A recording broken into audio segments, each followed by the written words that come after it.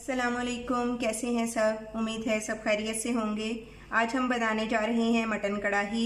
इसके लिए मैंने जो इंग्रेडिएंट्स लिए हैं 1 किलो से थोड़ा सा ज़्यादा है मैंने जो मटन लिया है, और 1 अदद इस साइज़ की मैंने प्याज ले ली है। 1 फूल मैंने पूरा लहसुन का लिया है। 2 अदद टमाटर लिए हैं और इनका मैंने छिलका उतार दिया है। अदरक और हरी मिर्चें मैं इन्हें अलग से पीस लूँगी। उन्हें हम साथ ही ऐड नहीं करेंगे, बाद में ऐड करेंगे जब हमारा मटन हाफ डन हो जाएगा।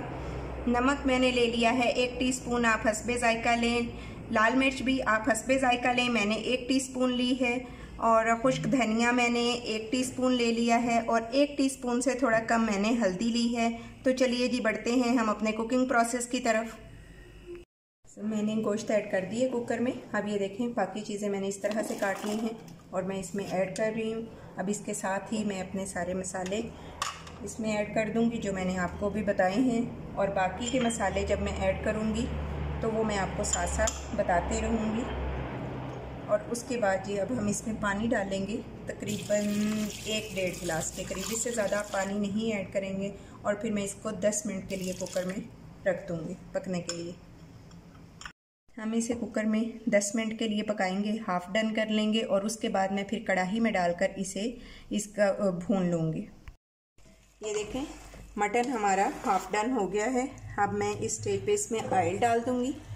ये थोड़ा सा मैं डिफरेंट स्टाइल से बना रही हूँ, जैसे मोस्टली हम घरों में बनाते हैं। थोड़ा सा उससे डिफरेंट है क्योंकि ये थोड़ा ढाबा स्टाइल है, तो वो लोग बस इसमें घी ऐड करते हैं। मैं इसमें ऐड कर रही हूँ ऑयल। तो अब हम इसे थोड़ी देर भून लेंगे, तो फिर मैं आपको नेक्स्ट प्रोसेस बताती हूँ। हरी मिर्च और अदरक का पानी ये मैंने आपको बताया था कि मैं इसमें बाद में ऐड करूँगी। अब हम इसे इस स्टेज पे ऐड करके अच्छा सा भून लेंगे। देखिए 5 मिनट हो गए हैं हमें कढ़ाई को भूनते हुए। अभी मैं इसे थोड़ा और भून लूँगी ताकि गोश्त की हीट ख़त्म हो जाए, इसमें से बाद में किसी किस्म की हीट ना आए। और इसमें ऐड कर रही हूँ दही, और इस स्टेज पे आप फ्लेम बहुत कम कर दें। अब मैं इसमें ऐड करूँगी हाफ टीस्पून के बराबर काली मिर्च। काली मिर्च हम शुरू में इसलिए ऐड नहीं करते वरना कढ़ाई का कलर ख़राब हो जाता है।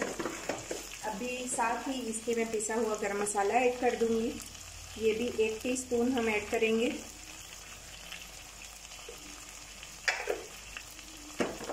और फिर इसे हम अच्छी तरह मिक्स कर लेंगे।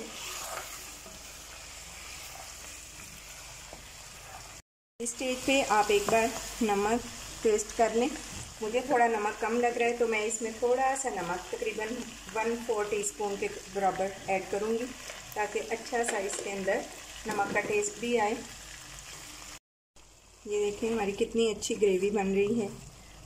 जो मैंने एक प्याज इसमें ऐड की थी उसका रीज़न यही था कि हम थोड़ी कढ़ाई ग्रेवी वाली बनाएं ताकि बच्चे और बड़े सब आसानी से खा सकें। और अब इस स्टेज पे मैं इसमें ऐड करूँगी क्रीम, और इधर हम फ्लेम बिल्कुल स्लो करेंगे।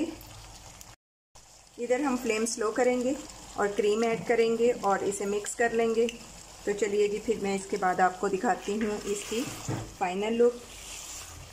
कढ़ाई हमारी ऑलमोस्ट रेडी है। तो जी अब हम कटिंग कर लेते हैं अदरक और हरी मिर्च को गार्निश के लिए। आप इसी तरह बारीक स्लाइसेस में उसे कटिंग कर लें। तो चलिए जी, फिर मिलते हैं आपको थोड़ी देर के बाद कढ़ाई की फाइनल लुक के साथ। हरी मिर्च को बस हम थोड़ा मोटा मोटा काटेंगे, ज़्यादा बारीक नहीं काटेंगे इसमें।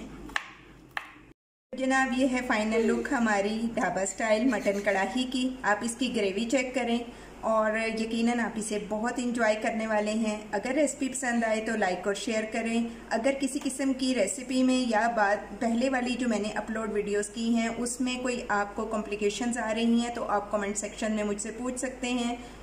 अगर चैनल पर न्यू हैं तो सब्सक्राइब करें। अपना और अपने प्यारों का बहुत ख्याल रखें। Take care. अल्लाह हाफिज़।